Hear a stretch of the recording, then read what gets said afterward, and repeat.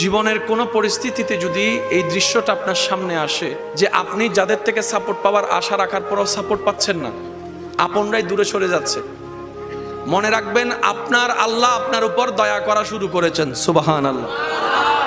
ওই বিপদ থেকে আপনি যাদের সাপোর্ট নিয়ে উঠতে চাচ্ছেন, রব চাচ্ছেন আপনাকে কেউ না করুক সাপোর্ট, আপনার আল্লাহই স্বয়ং আপনাকে সাপোর্ট করতে চাচ্ছে বলেই মানুষকে দূরে সরাই দিচ্ছে। সুবহানাল্লাহ।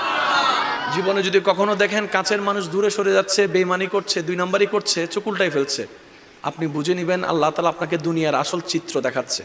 আপনি যেন বুঝতে পারেন আপনার আপন বলতে আল্লাহ ছাড়া, আপনার আপন বলতে আপনার নবী ছাড়া আসলে আর কেউ নাই, আসলে কেউ নাই, আসলে কেউ নাই। আপনার ভালোবাসার অধিকার পাওয়ার একমাত্র আল্লাহর আছে, স্রষ্টা হিসেবে নবীর আছে।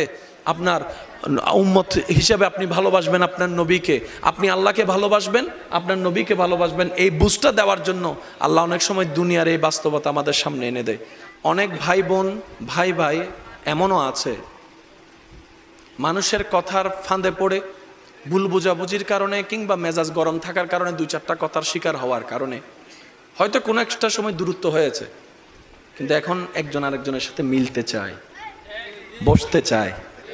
ওনাদের মাথায়ও চলে আসছে বাঁচবো আর কয়দিন, বুড়া তো হয়ে গেছে, কিন্তু ভাইকে এখনো বুকে জড়াতে পারলাম না, অনেক দিন হয়ে গেল।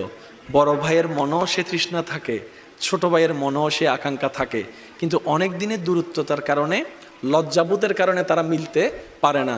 আমি আমার ভাইদেরকে, যুবক ভাইদেরকে অনুরোধ জানাবো, যদি এরকম কোনো ফ্যামিলি কন্ডিশন হয়, আপনারা যুবকরা মিলে, ভাইরা মিলে, চাস্তো ভাই জাত্তো ভাইরা মিলেই আপনারা উদ্যোগটা নেন, ভাই ভাইকে যেন জড়াই ধরতে পারে, ভুল বুঝাবুঝি যেন শেষ হয়ে যায়। কথা বলেন ঠিক কিনা?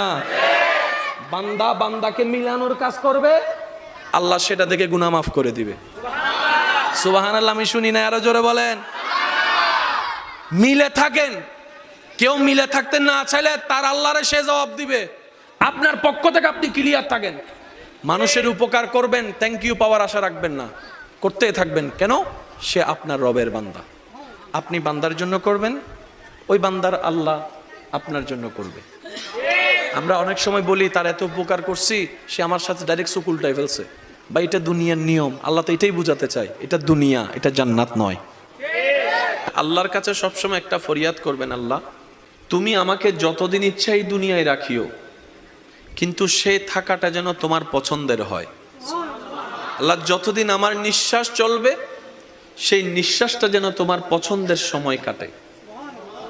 আল্লাহ আমাকে তুমি যতদিন রাখবা সুস্থভাবে রেখিও,